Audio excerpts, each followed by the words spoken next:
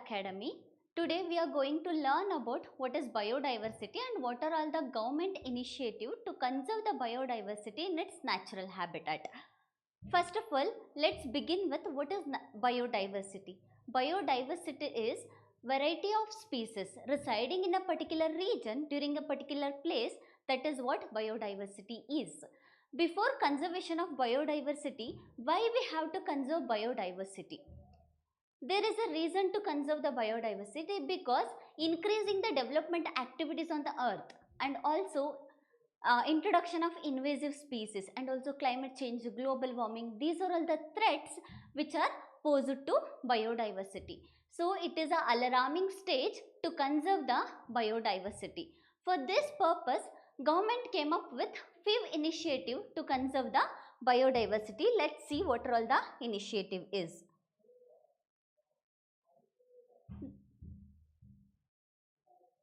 There are two methods to conserve the biodiversity, that is in situ conservation and ex situ conservation. So first of all, what is in situ conservation? In situ conservation is conserving the natural habitat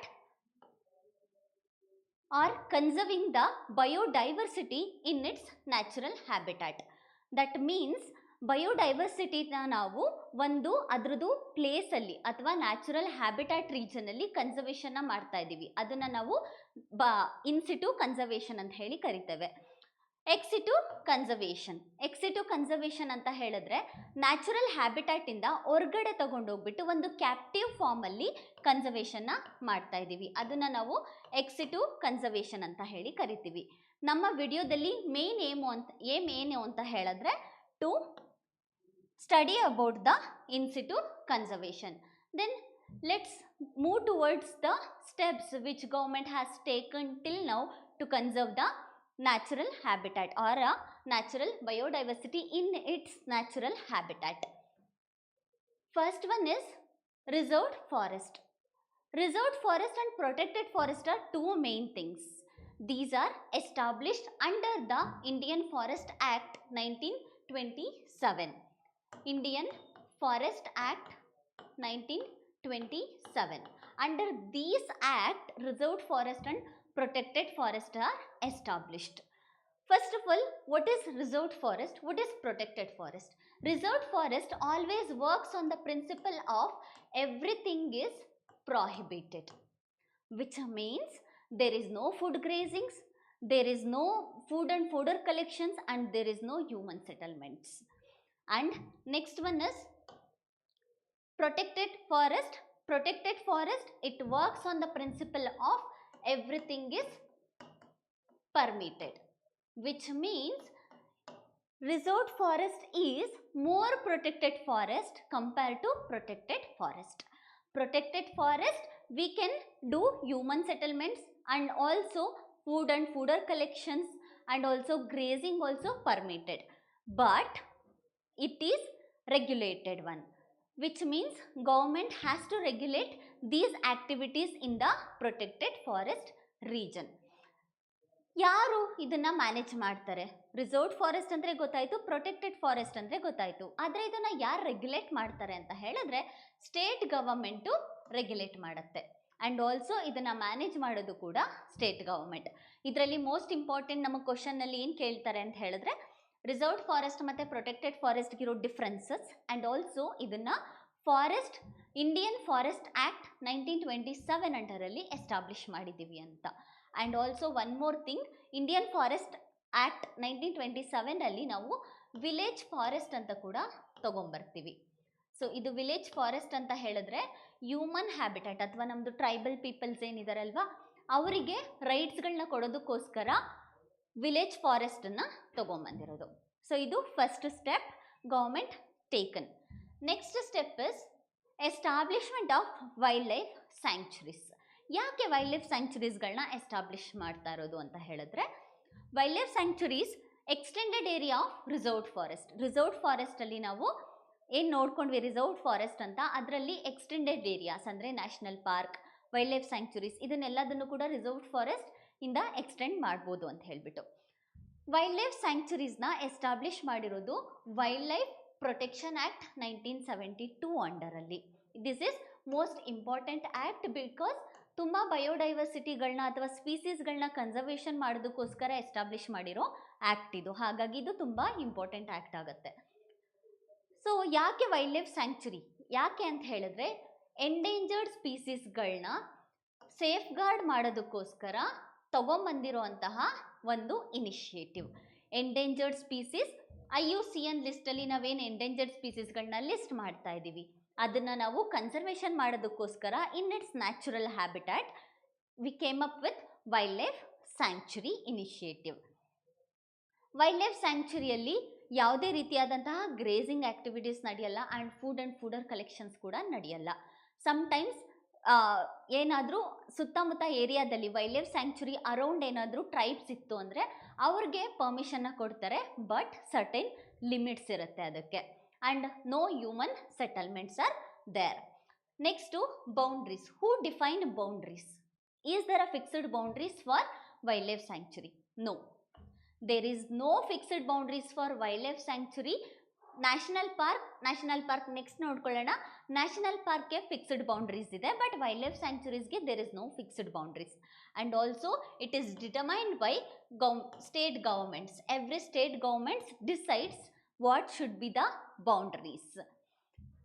and also it is managed by chief wildlife warden. Not only managed, it is managed, protected and also ಯಾವುದಾದ್ರೂ permissible ಆ್ಯಕ್ಟಿವಿಟೀಸ್ಗಳನ್ನ ಕೊಡಬೇಕು ಅಂದರೂ ಕೂಡ ಅದು regulate ಮಾಡ್ತಾ ಇರೋದು ಯಾವ body? Chief wildlife warden. Chief wildlife warden is also established under the wild life protection act 1972. This is about wildlife sanctuary to conserve habitat or biodiversity in its natural habitat. Next step is national park. What is national park? National park is same as the wildlife sanctuary to conserve our endemic species or extinct species ಯಾವುದಾದ್ರೂ ಅಥವಾ endangered species, critically endangered IUCN ಅಲ್ಲಿ list ಮಾಡಿದ್ದೀವಿ ಅಲ್ವಾ, ಅದನ್ನೆಲ್ಲ conservation ಮಾಡೋದಕ್ಕೋಸ್ಕರ ನಾವು national ಪಾರ್ಕ್ಗಳನ್ನ natural ಹ್ಯಾಬಿಟ್ಯಾಟಲ್ಲಿ ಕನ್ಸರ್ವೇಷನ್ ಮಾಡಬೇಕು ಅಂತ ಹೇಳಿಬಿಟ್ಟು ತೊಗೊಂಬಂದಿರೋ initiative. This is also established under the Wildlife Protection Act 1972. 1972 ಅಂಡರಲ್ಲಿ ಎಸ್ಟಾಬ್ಲಿಷ್ ಮಾಡಿರೋದು. ನ್ಯಾಷನಲ್ ಪಾರ್ಕ್ ಮತ್ತು ವೈಲ್ಡ್ ಲೈಫ್ ಸ್ಯಾಂಕ್ಚುರಿಗಿರೋ ಡಿಫ್ರೆನ್ಸ್ ಏನು ಅಂತ ಹೇಳಿದ್ರೆ, ನಾನು ಆಲ್ರೆಡಿ ಹೇಳಿದೆ, there is no fixed boundaries, ಹೌದಲ್ವಾ, in the wild life sanctuary. But in the national park there is a fixed boundary. National park ಇಷ್ಟೇ ಇರಬೇಕು ಅಂತ ಹೇಳಿಬಿಟ್ಟು ಫಿಕ್ಸ್ಡ್ ಬೌಂಡ್ರಿ ಇರುತ್ತೆ. ಯಾರು ಅದನ್ನು ಮಾಡ್ತಾರೆ ಅಂತ ಹೇಳಿದ್ರೆ ಸ್ಟೇಟ್ ಗೌರ್ಮೆಂಟ್ಸ್ಗಳು ಇದನ್ನು ಮಾಡ್ತಾರೆ with the permission of national board for wild life. National board for wild life is a initiative which is taken under the wild life protection act. So fixed boundaries ಇರುತ್ತೆ. ಯಾವ ಥರ ಫಿಕ್ಸ್ಡ್ ಬೌಂಡ್ರೀಸ್ನ ಮಾಡ್ತಾರೆ ಅಂತ ಹೇಳಿದ್ರೆ, they will pass the legislation. So ಲೆಜಿಸ್ಲೇಷನ್ನ pass ಮಾಡಿಬಿಟ್ಟು ಏನು ಮಾಡ್ತಾರೆ, ಬೌಂಡ್ರೀಸ್ಗಳನ್ನ ಫಿಕ್ಸ್ ಮಾಡ್ತಾರೆ. But there is no legislation passed to fix the wild life sanctuaries boundaries. This is what the difference between national park and wildlife sanctuary. National ಪಾರ್ಕಲ್ಲಿ ಯಾವುದೇ human settlements ಇರಲ್ಲ, food and fodder collections ಇರಲ್ಲ, and also ಯಾವುದೇ economic activities ಇರಲ್ಲ. But tourism activities ಇರುತ್ತೆ. And also environmental study ಅಥವಾ environmental analysis ಮಾಡಬೇಕು ಅಂದರೆ ಅದು ಕೂಡ ಇಲ್ಲಿ ಪರ್ಮಿಷನ್ ಇರುತ್ತೆ. ನೆಕ್ಸ್ಟು ಪ್ರೊಟೆಕ್ಷನ್ ಲೆವೆಲ್ ನಾನು ಆಲ್ರೆಡಿ ಹೇಳಿದೆ, no rights of peoples are allowed in the national park. So which is the first national park which is established in India? The first national park established in India is Jim Corbett National Park. So Jim Corbett National Park is also called as Ramganga National Park. This is the most important one because the river which is flowing inside the Jim Corbett National Park is the Ramganga. That is why it is renamed as a Ramganga National Park. And in India we have a beautiful national park, that is a floating national park, that is called as a Kabet Lamjavo National Park, which is present in Loktak Lake, Manipur. Okay, these are all the important points in the national park. Next one is Biosphere Reserve. Biosphere Reserve, we know that national park is a particular area, wildlife sanctuary is also a part of the national park, but Biosphere Reserve is a area which is having 2 or more national park, wildlife sanctuaries, etc. ಆ ಏರಿಯಾಗಳನ್ನ ನಾವು biosphere reserves ಅಂತ ಹೇಳಿ ಕರಿತೀವಿ. ಈ biosphere reserve ಬಂದ್ಬಿಟ್ಟು ಇಂಡಿಯಾದು initiative ಅಲ್ಲ, biosphere reserve initiative ಬಂದ್ಬಿಟ್ಟು ಯುನೆಸ್ಕೋದು ಇನಿಷಿಯೇಟಿವ್. ಸೊ ಯಾಕೆ ಯುನೆಸ್ಕೋ ಈ ಒಂದು ಇನಿಷಿಯೇಟಿವ್ನ ತಗೊಳ್ ಬಂತು ಅಂತ ಹೇಳಿದ್ರೆ, UNESCO's man and biosphere reserve ಅಂತಾನೆ ಇದು ಫೇಮಸ್ ಆಗಿದೆ. ಯಾಕೆ ಅಂತ ಹೇಳಿದ್ರೆ ಹ್ಯೂಮನ್ ಆ್ಯಂಡ್ ಆಲ್ಸೋ ಎನ್ವಿರಾನ್ಮೆಂಟ್ ಎರಡು ಕೂಡ ಒಟ್ಟಿಗೆ ವರ್ಕ್ ಆಗಲಿ ಅನ್ನೋದು ಯುನೆಸ್ಕೋದು ಇನಿಷಿಯೇಟಿವ್ ಆಗಿರುತ್ತೆ. ಸೊ ಹಾಗಾಗಿ ನಮ್ಮ ನ್ಯಾಚುರಲ್ ಹ್ಯಾಬಿಟಾಟ್ ಅಥವಾ ಬಯೋಸ್ಪಿಯರ್, ಬಯೋಡೈವರ್ಸಿಟಿ ಇದನ್ನ ಕನ್ಸರ್ವೇಷನ್ ಮಾಡಬೇಕು ಅಂತ ಹೇಳಿಬಿಟ್ಟು UNESCO came up with UNESCO's man and biosphere reserve. ಹಾಗಿದ್ರೆ ಪ್ರತಿಯೊಂದು ಕಂಟ್ರಿಗೆ ಹೋಗ್ಬಿಟ್ಟು ಯುನೆಸ್ಕೋ ಬಯೋಸ್ಪಿಯರ್ ರಿಸರ್ವ್ಸ್ಗಳನ್ನ ಎಸ್ಟಾಬ್ಲಿಷ್ ಮಾಡುತ್ತಾ? ನೋ. ಪ್ರತಿಯೊಂದು ಕಂಟ್ರಿಯಲ್ಲೂ ಕೂಡ ಎಸ್ಟಾಬ್ಲಿಷ್ ಮಾಡೋದು ಓನ್ ಕಂಟ್ರೀಸ್ಗಳೇ. ಫಾರ್ ಎಕ್ಸಾಂಪಲ್, ಇಂಡಿಯಾದಲ್ಲಿ first ever biosphere reserve is established in 1992. That is a Nilgiri biosphere reserve. So Nilgiri biosphere ರಿಸರ್ವ್ನ ಎಸ್ಟಾಬ್ಲಿಷ್ ಮಾಡಿದ್ದು ಇಂಡಿಯಾ, ಬಟ್ ಅದನ್ನ ಯುನೆಸ್ಕೋಸ್ ಮ್ಯಾನ್ ಆ್ಯಂಡ್ ಬಯೋಸ್ಪಿಯರ್ ರಿಸರ್ವ್ಗೆ ಜಾಯಿನ್ ಮಾಡ್ತಾರೆ. And also Nilgiri biosphere reserve ಅಥವಾ ಯಾವುದೇ ಬಯೋಸ್ಪಿಯರ್ ರಿಸರ್ವ್ಸ್ಗಳನ್ನ ಕಂಟ್ರೋಲ್ ಮಾಡೋದು ಎಲ್ಲದೂ ಕೂಡ ಕಂಟ್ರಿಯಲ್ಲೇ ಇರುತ್ತೆ. ಅಂದರೆ ಕಂಟ್ರೋಲ್ ಮಾಡೋದು ಮತ್ತು ಮ್ಯಾನೇಜ್ಮೆಂಟ್ ಮಾಡೋದು, ಅದ್ರ ಬಗ್ಗೆ ಯಾವುದೇ ಇನಿಷಿಯೇಟಿವ್ಸ್ಗಳನ್ನ ತಗೊಳ್ಳೋದು, ಇದೆಲ್ಲದೂ ಕೂಡ ಯಾರು ಮಾಡ್ತಾರೆ? ಒಂದು ಕಂಟ್ರಿನೇ ಮಾಡ್ತಾ ಇರುತ್ತೆ. ಸೊ ಇಂಡಿಯಾದಲ್ಲಿ that is done by a Indian national man and biosphere reserve. This is the main committee which is working towards the establishment of biosphere reserves in India. This is also established under the Wildlife Protection Act 1972 ಅಲ್ಲ 1992. ಯಾಕೆ ಅಂತ ಹೇಳಿದ್ರೆ amendment ಆಗುತ್ತೆ. Amendment ಆದಾಗ Indian national man and biosphere ರಿಸರ್ವ್ಸ್ನ establish ಮಾಡ್ತಾರೆ. And one more important thing, Seville strategy. What is Seville strategy? Seville strategy ಅಂತ ಹೇಳಿದ್ರೆ, ಒಂದು ಬಯೋಸ್ಪಿಯರ್ ರಿಸರ್ವ್ಸ್ಗಳನ್ನ ಎಸ್ಟಾಬ್ಲಿಷ್ ಮಾಡಬೇಕು ಅಂತ ಹೇಳಿದ್ರೆ ಹ್ಯೂಮನ್ ಆ್ಯಂಡ್ ಆಲ್ಸೋ ಎನ್ವಿರಾನ್ಮೆಂಟ್ ಎರಡು ಕೂಡ ಟುಗೆದರ್ ಆಗಿ ವರ್ಕ್ ಮಾಡಬೇಕು, ಹೌದಲ್ವಾ? ಅದನ್ನು ನಾವು ಇನಿಷಿಯೇಟಿವ್ನ ತೊಗೊಂಬಂದಿದ್ದು ಸ್ಯಾವೆಲ್ ಸ್ಟ್ರಾಟಜಿ ಅಂಡರಲ್ಲಿ. ಇದು ಏನಂತ ರೆಕಮೆಂಡ್ ಮಾಡುತ್ತೆ ಅಂತ ಹೇಳಿದ್ರೆ, ಕಮ್ಯುನಿಟಿ ಬೇಸ್ಡ್ ಅಪ್ರೋಚ್ನ ತೊಗೊಂಬರ್ಬೇಕು ಯಾವುದೇ ಒಂದು ಬಯೋಸ್ಪಿಯರ್ ರಿಸರ್ವ್ನ ಸೆಲೆಕ್ಟ್ ಮಾಡಬೇಕು ಅಂತ ಹೇಳಿಬಿಟ್ಟು ಇನಿಷಿಯೇಟಿವ್ನ ತಗೋಬರುತ್ತೆ. This is important point, that is community based approach. ಇದು initiative under the Seville strategy. Next, ಇಂಡಿಯಾದಲ್ಲಿ we have total 18 biosphere reserves which is established by Indian national man and biosphere reserves. But UNESCO's man and biosphere ರಿಸರ್ವ್ಗೆ join ಆಗಿರೋದು ಇಂಡಿಯಾಯಿಂದ total 12 biosphere reserves UNESCO's man and biosphere ರಿಸರ್ವ್ಸ್ಗೆ join ಆಗಿದೆ. Let see what are all the biosphere reserves which is joined to UNESCO's man and biosphere reserve and what are all the 18 biosphere reserves which are there in India. First biosphere reserve which is established in Nilgiri Biosphere Reserve, correct? Next, Agastya Malay which is in the confluence of Tamil Nadu and Kerala. Next, Gulf of Mannar which is present in Tamil Nadu. Sheshachalam Biosphere Reserve present in Andhra Pradesh. Simlipal is a national park which is present in Odisha. Sundarban, West Bengal. Nokrek, Meghalayadalli irodu. Next to Dihang and Dabang which is present in Arunachal Pradesh, Manas and Dibru Saikhawa. These are all the two biosphere reserves present in Assam. Kanchenjunga, Sikkim. Cold Desert National Park, Himachal Pradesh. Nanda Devi, Uttarakhand. Kutch, Gujarat. Panchamari is in Madhya Pradesh. Panna recently, I mean last added biosphere reserve which is in Madhya Pradesh, Achanakumar and Amarakantak which is present in Chhattisgarh and Madhya Pradesh. These are all the 18 biosphere reserves which are established by Indian National Man and Biosphere Reserves.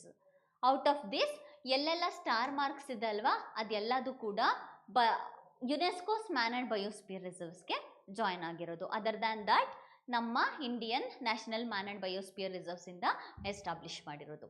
So these are all the 18 biosphere reserve. ಎಕ್ಸಾಮ್ಗೆ ಇದು important. ಯಾವ ಥರ ಕೇಳ್ತಾರೆ ಎಕ್ಸಾಮ್ಗೆ ಅಂತ ಹೇಳಿದ್ರೆ, ಒಂದು biosphere reserve ಕೊಟ್ಬಿಟ್ಟು ಯಾವ ಸ್ಟೇಟಲ್ಲಿದೆ ಮತ್ತು ರೀಸೆಂಟಾಗಿ ಯಾವುದನ್ನು ಎಸ್ಟಾಬ್ಲಿಷ್ ಮಾಡಿದ್ದಾರೆ, ಆ ಒಂದು ಬಯೋಸ್ಪಿಯರ್ ರಿಸರ್ವ್ಸಲ್ಲಿ ಯಾವುದೆಲ್ಲ ಇಂಪಾರ್ಟೆಂಟ್ ಸ್ಪೀಸೀಸ್ ಇದೆ, ಇದೆಲ್ಲ ಇಂಪಾರ್ಟೆಂಟ್ ಕ್ವಶನ್ಸ್ಗಳು ಇದರಿಂದ ಕೇಳೋದು. Next one is tiger reserve. We all know that project tiger, we all know about the project tiger, correct ಅಲ್ವಾ? ಪ್ರಾಜೆಕ್ಟ್ ಟೈಗರ್ ಇನಿಷಿಯೇಟಿವ್ನ 1973 ತೊಗೊಂಡು ಬಂದ ಮೇಲೆ ಆ ಟೈಗರ್ಸ್ಗಳನ್ನ ಕನ್ಸರ್ವ್ ಮಾಡಬೇಕಲ್ವಾ, ಕನ್ಸರ್ವೇಷನ್ ಪರ್ಪಸ್ಗೋಸ್ಕರ ಏನು ಮಾಡ್ತಾರೆ, ಟೈಗರ್ ರಿಸರ್ವ್ಸ್ ಅಂತ ಹೇಳಿಬಿಟ್ಟು ಎಸ್ಟಾಬ್ಲಿಷ್ ಮಾಡ್ತಾರೆ. So in this tiger reserve ಯಾವುದ್ರ ಮೂಲಕ ಎಸ್ಟಾಬ್ಲಿಷ್ ಮಾಡ್ತಾರೆ ಅಂತ ಹೇಳಿದ್ರೆ, ವೈಲ್ಡ್ ಲೈಫ್ ಪ್ರೊಟೆಕ್ಷನ್ ಆ್ಯಕ್ಟ್ 1972 ಅಂಡರಲ್ಲಿ ಈ ಒಂದು ಟೈಗರ್ ರಿಸರ್ವ್ಸ್ಗಳನ್ನ ತೊಗೊಂಬರ್ತಾರೆ. ಇದನ್ನ ಯಾರು ಮ್ಯಾನೇಜ್ ಮಾಡುತ್ತೆ ಅಂತ ಹೇಳಿದ್ರೆ, national tiger conservation authority, NTCA ಅಂತ ಹೇಳ್ಬಿಟ್ಟು ಶಾರ್ಟ್ ಫಾರ್ಮಲ್ಲಿ ಕರಿತೇವೆ. National tiger conservation authority which is also established under the Wildlife Protection Act 1972. So ಪ್ರತಿಯೊಂದು ವಿಡಿಯೋದಲ್ಲೂ ಪ್ರತಿಯೊಂದು ಹೇಳುವಾಗಲೂ ಕೂಡ ಗೊತ್ತಾಗ್ತಿದೆ ವೈಲ್ಡ್ ಲೈಫ್ ಪ್ರೊಟೆಕ್ಷನ್ ಆ್ಯಕ್ಟ್ 1972 ಯಾಕೆ ತುಂಬ ಇಂಪಾರ್ಟೆಂಟ್ ಅಂತ ಹೇಳಿಬಿಟ್ಟು, ಕರೆಕ್ಟಾ? ಬಿಕಾಸ್ ತುಂಬ ಇನಿಷಿಯೇಟಿವ್ನ ನಾವು ಈ ಒಂದು ವೈಲ್ಡ್ ಲೈಫ್ ಪ್ರೊಟೆಕ್ಷನ್ ಆ್ಯಕ್ಟ್ 1972 ಅಂಡರಲ್ಲೇ ತೊಗೊಂಡ್ಬಂದಿರೋದ್ರಿಂದ ಈ ಒಂದು ಆ್ಯಕ್ಟ್ ತುಂಬಾ ಇಂಪಾರ್ಟೆಂಟ್ ಆಗುತ್ತೆ. So it is managed by national tiger conservation authority. Tiger reserve, ಟೈಗರ್ಗಳನ್ನ ಪ್ರೊಟೆಕ್ಟ್ ಮಾಡೋದಕ್ಕೋಸ್ಕರ ಕೆಲವೊಂದು ನ್ಯಾಷನಲ್ ಪಾರ್ಕ್ ಮತ್ತು ವೈಲ್ಡ್ ಲೈಫ್ ಸ್ಯಾಂಕ್ಚುರೀಸಲ್ಲಿ ತೊಗೊಂಬರ್ತೀವಿ. Next one is conservation reserve. Conservation reserve, the name itself indicate we are going to conserve few species in a particular land, ಕರೆಕ್ಟಾ? ಇದನ್ನು ಕೂಡ establish ಮಾಡಿರೋದು ವೈಲ್ಡ್ ಲೈಫ್ ಪ್ರೊಟೆಕ್ಷನ್ ಆ್ಯಕ್ಟ್ 2002. 2002 ಯಾಕೆ ಅಂತ ಹೇಳಿದ್ರೆ ಅಮೆಂಡ್ಮೆಂಟ್ ಆಗಿರುತ್ತೆ, ಆವಾಗ conservation reserve along with that community ರಿಸರ್ವ್ನ ಕೂಡ ಎಸ್ಟಾಬ್ಲಿಷ್ ಮಾಡ್ತೀವಿ. ಸೊ ಇದರಲ್ಲಿ ಕನ್ಸರ್ವೇಷನ್ ರಿಸರ್ವ್ ಮತ್ತು ಕಮ್ಯುನಿಟಿ ರಿಸರ್ವ್. ಫಸ್ಟಿಗೆ ಕನ್ಸರ್ವೇಷನ್ ರಿಸರ್ವ್ನ ನೋಡೋಣ. I already told that conservation reserve established under the wild life protection act 2002 ಅಂತ, ಕರೆಕ್ಟ್ ಅಲ್ವಾ? ಸೊ ಇದರಲ್ಲಿ ಯಾವುದೆಲ್ಲ ಆ್ಯಕ್ಟಿವಿಟೀಸ್ ಪರ್ಮಿಷನ್ ಇದೆ ಅಂತ ಹೇಳಿದ್ರೆ, ಫುಡ್ ಮತ್ತು ಫುಡರ್ ಕಲೆಕ್ಷನ್ಸ್ನ ಮಾಡ್ಬೋದು, ಆ್ಯಂಡ್ ಆಲ್ಸೋ ಗ್ರೇಸಿಂಗ್ ಆ್ಯಕ್ಟಿವಿಟೀಸ್ಗಳನ್ನ ಮಾಡ್ಬೋದು, ಬಟ್ ಫ್ಯೂ ಹ್ಯೂಮನ್ ಸೆಟಲ್ಮೆಂಟ್ಸ್ನ ಅಲೋ ಮಾಡ್ತಾರೆ. ಯೂಶಲಿ ನ್ಯಾಷನಲ್ ಪಾರ್ಕ್ ಮತ್ತು wild life sanctuaries, tiger reserves ಈ ಥರದ್ದೆಲ್ಲ ಇದೆ ಅಂದರೆ ಅದ್ರ ಕಾನ್ಫ್ಲುಯೆನ್ಸಲ್ಲಿ ನಾವು ಕನ್ಸರ್ವೇಷನ್ ರಿಸರ್ವ್ಸ್ಗಳನ್ನ ನೋಡ್ಬೋದಾಗತ್ತೆ. ವಿಚ್ ಮೀನ್ಸ್ ನ್ಯಾಷನಲ್ ಪಾರ್ಕ್ ಇದೆ, ಇಲ್ಲಿ ನಾವು ಇದ್ರ ನಿಯರಲ್ಲಿ ನಾವು ಕನ್ಸರ್ವೇಷನ್ ರಿಸರ್ವ್ಸ್ಗಳನ್ನ ನೋಡ್ಬೋದು. ಸೊ ಇದು ರಿಲೇಟೆಡ್ ಟು ಕನ್ಸರ್ವೇಷನ್. ನೆಕ್ಸ್ಟು ಇದನ್ನು ಯಾರು ಎಸ್ಟಾಬ್ಲಿಷ್ ಮಾಡ್ತಾರೆ ಅಂತ ಹೇಳಿದ್ರೆ, ಸ್ಟೇಟ್ ಗವರ್ಮೆಂಟ್ ಎಸ್ಟಾಬ್ಲಿಷ್ ಮಾಡುತ್ತೆ, ಬಟ್ ಪರ್ಟಿಕ್ಯುಲರ್ ಆಗಿ ಆ ಲೋಕಲ್ ಕಮ್ಯುನಿಟೀಸ್ ಏನಿದೆ ಅಲ್ವಾ, ಅವ್ರಗಳ ಪರ್ಮಿಷನ್ ಇಲ್ಲಿ ಕಂಪಲ್ಸರಿ ಕೇಳಬೇಕಾಗತ್ತೆ. ಇದು conservation related. Next community reserve. Community reserve ಕೂಡ ವೈಲ್ಡ್ ಲೈಫ್ ಪ್ರೊಟೆಕ್ಷನ್ ಆ್ಯಕ್ಟ್ 2002 ಅಂಡರಲ್ಲಿ ಎಸ್ಟಾಬ್ಲಿಷ್ ಮಾಡ್ತೀವಿ. ಕಮ್ಯುನಿಟಿ ಲ್ಯಾಂಡ್ಸ್ ಇರುತ್ತೆ ಅಲ್ವಾ, ಕಮ್ಯುನಿಟಿ ಲ್ಯಾಂಡ್ಸ್ಗಳಲ್ಲಿ ಒಂದು ಸ್ಪೀಸೀಸ್ನ ಅಥವಾ ಬಯೋಡೈವರ್ಸಿಟಿಗಳನ್ನ ನಾವು ಪ್ರೊಟೆಕ್ಟ್ ಮಾಡಬೇಕು, ಟ್ರೀ ಕವರ್ ಮತ್ತು ಫಾರೆಸ್ಟ್ ಕವರ್ಗಳನ್ನ ಎಸ್ಟಾಬ್ಲಿಷ್ ಮಾಡಬೇಕು ಅಥವಾ ಎನ್ಹಾನ್ಸ್ ಮಾಡಬೇಕು ಅಂತ ಹೇಳಿದ್ರೆ ನಾವು ಅದನ್ನು ಕಮ್ಯುನಿಟಿ ರಿಸರ್ವ್ಸಲ್ಲಿ ತೊಗೊಂಡು ಬರ್ತೀವಿ. Last one sacred groves. Sacred groves ಅಂದರೆ ವಿ ನೋ ಟ್ರೈಬಲ್ ಪೀಪಲ್ಗಳಾಗಿರ್ಬೋದು ಅಥವಾ ಏನ್ಷಿಯಂಟ್ ಪೀಪಲ್ ಆಗಿರ್ಬೋದು, ನಾವು ಇಂಡಸ್ ವ್ಯಾಲಿ ಸಿವಿಲೈಸೇಷನಿಂದ ನೋಡಿಕೊಂಡ್ರೆ they used to worship forest area, correct? They used to worship trees, they used to worship few species of birds and also animals. So ಅದೇ ಥರ Sacred ಗ್ರೋವ್ಸ್ಗಳನ್ನ ಯಾಕೆ establish ಮಾಡಿದ್ದಾರೆ ಅಂತ ಹೇಳಿದ್ರೆ, preserved by Asian society on religious and cultural ground. ಈ ಒಂದು areas ancient ಪೀಪಲಿಂದ religious ಮತ್ತು cultural perspective ಆಗಿ ಪ್ರೊಟೆಕ್ಟ್ ಮಾಡಿರ್ತಾರೆ, ಅದನ್ನು ನಾವು ಸೇಕ್ರೆಡ್ ಗ್ರೋವ್ಸ್ ಅಂತ ಹೇಳಿ ಕರಿತೀವಿ. ಯಾವಾಗ ಒಂದು ಕಮ್ಯುನಿಟಿ ಅಥವಾ ಒಂದು ಟ್ರೈಬಲ್ ಗ್ರೂಪು ಎಂಟೈರ್ ಎಕೋಸಿಸ್ಟಮ್ನ ಪ್ರಿಸರ್ವ್ ಮಾಡ್ತಿದೆ ಕಲ್ಚರಲ್ ಮತ್ತು ರಿಲಿಜಿಯಸ್ ಪರ್ಸ್ಪೆಕ್ಟಿವ್ ಅಂದರೆ, ಆಟೋಮೆಟಿಕಲಿ ಅದ್ರದ್ದು ಬಯೋಡೈವರ್ಸಿಟಿ ಜಾಸ್ತಿ ಆಗತ್ತೆ. ಹೌದಲ್ಲ, ಬಯೋಡೈವರ್ಸಿಟಿ ಕನ್ಸರ್ವೇಷನ್ ಆಗತ್ತೆ. Example Khasi and Jaintia hills. Khasi and Jaintia hills ನಾವು ಮೇಘಾಲಯದಲ್ಲಿ ನೋಡ್ಬೋದು. Before ending this video, I just wanted to say about before ending this video I just wanted to say about core, buffer, transition zone. What is core, buffer and transition zone? This is core area. This is established by Wildlife Protection Act 1972. ಈ core area ಏನಿದೆ ಅಲ್ವಾ, ಈ core ಏರಿಯಾದಲ್ಲಿ ನಾವು ಯಾವುದೇ human ಆಕ್ಟಿವಿಟೀಸ್ಗಳನ್ನ allow ಮಾಡೋದಿಲ್ಲ. And also ಯಾವುದೇ ಎಕನಾಮಿಕ್ ಆಕ್ಟಿವಿಟೀಸ್ಗಳನ್ನ ಕೂಡ ಅಲೋ ಮಾಡಲ್ಲ. ಅದು core area. It is only to conserve species, whether it is plant or animal, whatever it may be, ಅದನ್ನು ಕನ್ಸರ್ವೇಷನ್ ಮಾಡೋದಕ್ಕೆ ಕೋರ್ ಏರಿಯಾನ ತಗೊಂಡ್ಬರ್ತೀವಿ. Next buffer area. Buffer area act like buffer between the transition and also core area. ಇಲ್ಲಿ ಕೆಲವೊಂದು grazing activities, food and fodder ಕಲೆಕ್ಷನ್ಸ್ಗಳನ್ನ allow ಮಾಡ್ತಾರೆ with some limitations. Next transition zone. Transition ಝೋನಲ್ಲಿ ಏನಾಗುತ್ತೆ ಅಂತ ಹೇಳಿದ್ರೆ, ಟ್ರೈಬ್ಸ್ಗಳಿಗೆ ಹ್ಯೂಮನ್ ಸೆಟಲ್ಮೆಂಟ್ಸ್ಗಳನ್ನ ಕೊಡ್ತಾರೆ and also economic activities. Economic activities ಅಂದರೆ ಏನೇನು? ಎಕನಾಮಿಕ್ ಆ್ಯಕ್ಟಿವಿಟೀಸ್ ಅಂತ ಹೇಳಿದ್ರೆ ಟೂರಿಸಮ್ ಆ್ಯಕ್ಟಿವಿಟೀಸ್, ಎನ್ವಿರಾನ್ಮೆಂಟಲ್ ಸ್ಟಡೀಸ್, ಇದನ್ನೆಲ್ಲದನ್ನು ಕೂಡ ನಾವು ಅಲೋ ಮಾಡ್ತೀವಿ. ಎಲ್ಲಿ? ಟ್ರಾನ್ಸಿಷನ್ ಝೋನಲ್ಲಿ. ಇದಿಷ್ಟು ನಮಗೆ ಯಾಕೆ ಈ ಕಾನ್ಸೆಪ್ಟನ್ನು ಹೇಳಿದೆ ಅಂತ ಹೇಳಿದ್ರೆ, this is related to biosphere reserves and also tiger reserve. Biosphere reserve works on the principle of core, buffer and transition zone, and tiger reserves work on the principle of core and buffer zone.